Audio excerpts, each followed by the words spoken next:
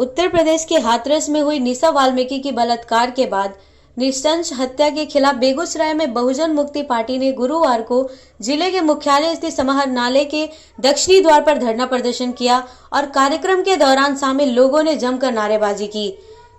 राष्ट्रीय महिला मूल निवासी सी के नेत्री रेखा पंडित ने उत्तर प्रदेश के मुख्यमंत्री पर अपनी जुबानी आग उगलते हुए भड़ास निकाली। इस दौरान उन्होंने कहा कि जब से उत्तर प्रदेश में मनुवादी की सरकार बनी है तब से गरीबों की बेटियां असुरक्षित हैं। उन्होंने ये भी कहा कि ऐसे स्थिति में मुख्यमंत्री को इस्तीफा दे देना चाहिए। आज हमारी मांग जो है पूरे भारत में राष्ट्रीय बामन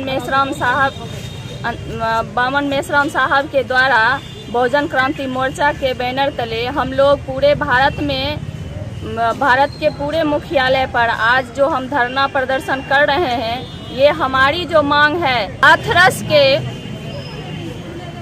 जो घटना हुई है निशा वाल्मीकि के ऊपर, जो मनीषा वाल्मीकि के ऊपर जो हमारे लोग मनुवादी व्यवस्था के जो लोग हैं उन पर जो अत्याचार किया है, गैंग रेप किया और गैंग रेप करने के बाद उसको रीढ़ की हड्डी तोड़ दी गई, जीभ काट दिया गया और इतना ही नहीं उसको अस्पताल तक पहुंचने के लिए मतलब नहीं दिया गया कि ऐसा उलझन में उलझा दिया कि वो अस्पताल तक ना पहुंचे, ना ही पुलिस में रिपोर्ट करा सके। इस तरह से उस पर टॉर्चर किया गया।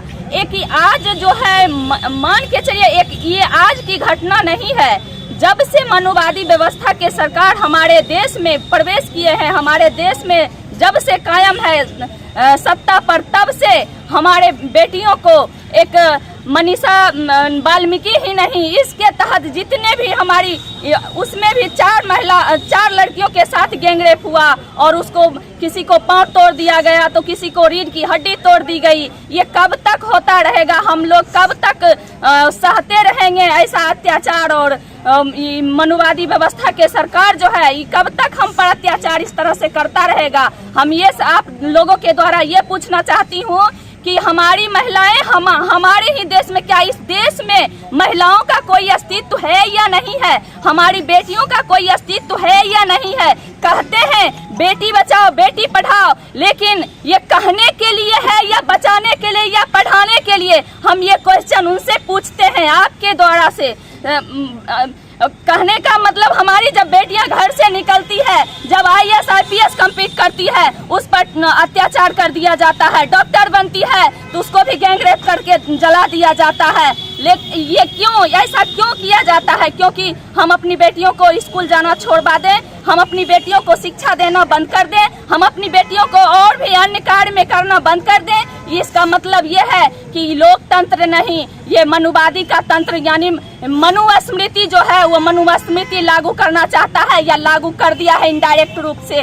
इसका मतलब ये है, मैं आप लोगों से ये कहना चाहती हूँ, हम इस देश की आधी आबादी हैं। क्या हमसे जो सरकार, जो व्यवस्था के जो अत्याचारी लोग हैं, जो वहाँ के योगी सरकार, हमारी बेटियां आज सेफ नहीं है। इस सृष्टि के सृजनकर्ता पुरुष और महिला दोनों होती है, तो क्या इस देश में सिर्फ पुरुष प्रधान देश है? माता कहाँ गई? इसका हमें जवाब चाहिए। मैं ये बताना आप लोगों के माध्यम से चाहती हूँ, साधु हैं तो फिर योगी और साधु जो हैं उनको शासन की क्या जरूरत है? उनको राज सत्ता से क्या लोभ है? उसको तो राज सत्ता से लोभ नहीं होना चाहिए। वो कमंडल और चुट्टा लेते और गांव मांग के खा लेते, उसमें भी उसका भला हो जाता। इससे ज्यादा तो कुछ है नहीं उसके पास, तो वो फिर क्यों राजतंत्र पर बैठा है? क्यों नहीं रिजाइन दे देता? अगर उसे जरा भी शर्म है तो मैं बहुजन क्रांति मोर्चा से के बैनर से ऐलान करती हूँ कि उन्हें अगर शर्म है तो वो रिजाइन मार दे या तो चुल्लू भर पानी में डूब मरे।